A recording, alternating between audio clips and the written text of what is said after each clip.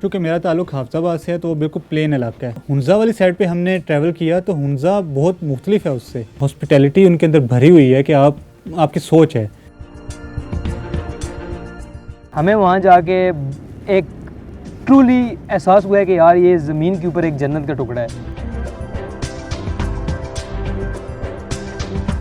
सबसे खूबसूरत वैली जो मैं देख सकता हूँ अभी तक वो हुंज़ा वैली इटसेल्फ होगी।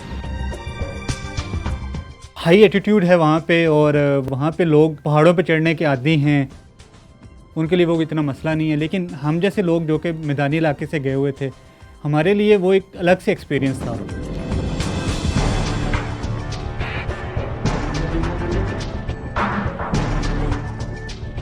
ऑल टुगेदर हाइकिंग का मेरा पहला एक्सपीरियंस था। मैं पहली दफ़ा ही ट्रैक करने ऊपर गया था और ऐसे एकदम से इतने हार्ड एरिया पे गया था जहाँ एग्जैक्टली इक्विपमेंट एक नए किस्म का होता है। तो ज़्यादा पॉइंट ये थी वो थी वहाँ का सर्वाइवल, कि वहाँ पे हमने जाके किस तरह सर्वाइव करना है। Slowly we are entering the white glaciers. भाग नहीं देगा वहाँ पे फिर कैंपिंग दोनों दिन के 3 हिस्से होते हैं, ठीक है। एक इनर आपको नज़र आ रही है और आउटर इसका उसके साथ मेन हिस्सा पोल्स होते हैं जो टेंट को संभाल के रखते हैं, ठीक है ना। अभी आपको हम टेंट लगा के दिखा देते हैं।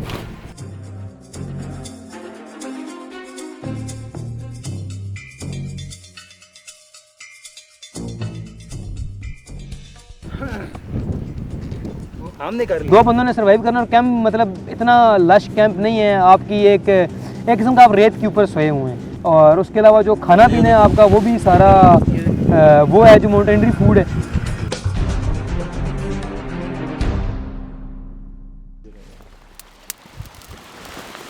I guess we won't be needing this anymore. So here we go, behold the campfire.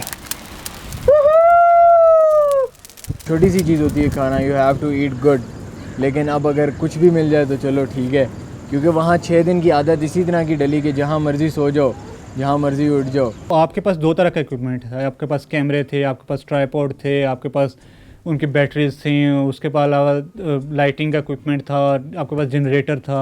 आपने वो सारी चीज़ें कैरी की हुई हैं। उसके अलावा आपके पास जो हाइकिंग का इक्विपमेंट है वो आपके पास अलग से है। सारे इक्विपमेंट को आपने हैंडल करना है और उसके अलावा आपने अपना कैमरा है उसको हैंडी रखना है। बहुत आहिस्ता आहिस्ता। जो हमारी हाइकिंग स्टिक थी उसको हमने एज अ ट्राइपॉड हमने यूज़ किया कई जगह के ऊपर।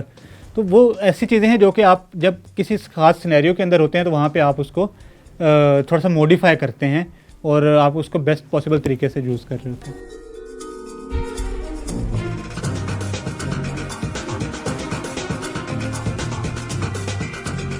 बड़ा जो हर्डल आया वो था ट्रैवलिंग। जब आप ट्रैक कर रहे होते हैं उस टाइम पे आपको अपना इक्विपमेंट भी संभालना होता है, फिर प्लस ब्यूटी शॉट आ जाए तो आपने वो भी लेनी है, प्लस अपने आप को स्टेबल करना है। तो वो काफ़ी चीज़ें होती हैं, माइंड बड़ा शार्प चाहिए होता है। ये साइन है, यहाँ से ट्रक है, यहाँ से रास्ता है, ऐसे बना सब कुछ ब्लिंक ऑफ एन आई में ना ख़त्म हो जाता है। अगर आप मिस हो गई शॉट तो बस मिस हो गई।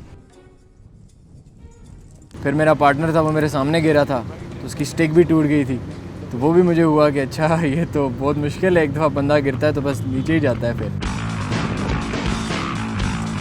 इस सबसे जो पहली चीज़ हमने सीखी वो था कि यार आपने इक्विपमेंट को कैरी करके आपने हाइक किस तरह करना है।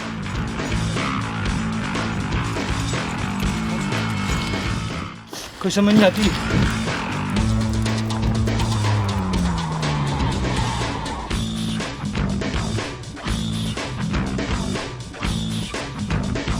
बेसिक हमारा था आइस क्लाइंबिंग का। हमारे साथ इंस्ट्रक्टर थे वो हमें साथ साथ बताते थे कि आप अपने इक्विपमेंट पे ट्रस्ट करें।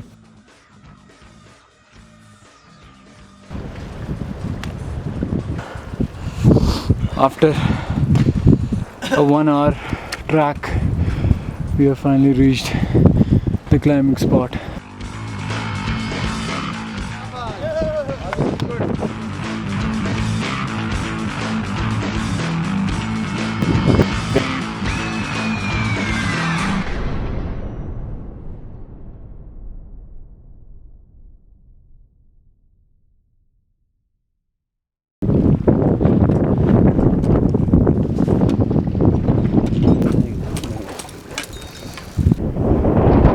इसको आइस हैमर कहते हैं। आइस एक्सेस का इस्तेमाल सिखाया गया कि आपने किस तरह आइस एक्सेस यूज़ करने हैं।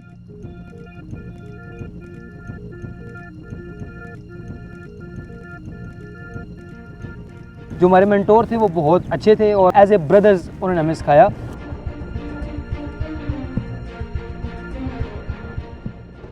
हार्नेस होती है, उसको पहनते किस तरह है, फिर रोप्स होती हैं, रोप्स को आपने किस तरह से यूज़ करना है, उसकी नॉट्स कैसे बांधनी है, क्रैम्पॉन्स होते हैं, आपने एक रो के अंदर कैसे चलना है।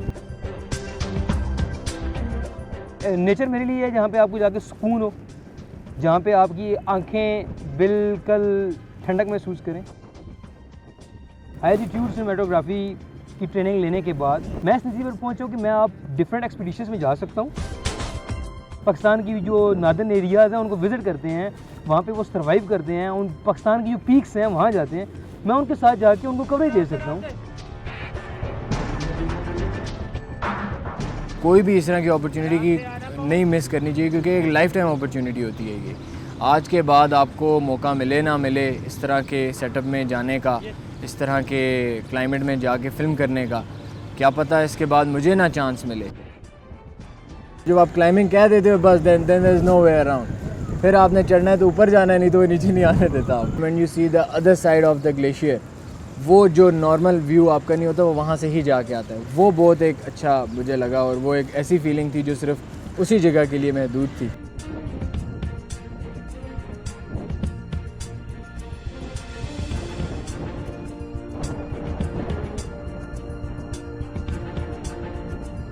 एज अ फोटोग्राफ़र जो है आपके अंदर एक कुदरती तौर पे एक डिफरेंट आई होती है उस सारे एनवायरनमेंट को देखने की। रिफ़ा के स्टूडेंट होने के और ये सारा जो प्रोसेस है इसके थ्रू गुजरने के बाद ये हमें एज हासिल है कि हम अब हाई एल्टीट्यूड पे जाके फ़ोटोग्राफी भी कर सकते हैं और हाइकिंग का भी हमारे पास एक्सपीरियंस है। आज तक ग्राउंड लेवल पे फ़िल्म करना तो आसान था, लेकिन ऊपर जाके जो ऐसे एल्टीट्यूड्स हों जहाँ पे फ़िल्मिंग मुश्किल होती है वो सीखना, तो ये सारा क्रेडिट रिफ़ा को ही जाता है।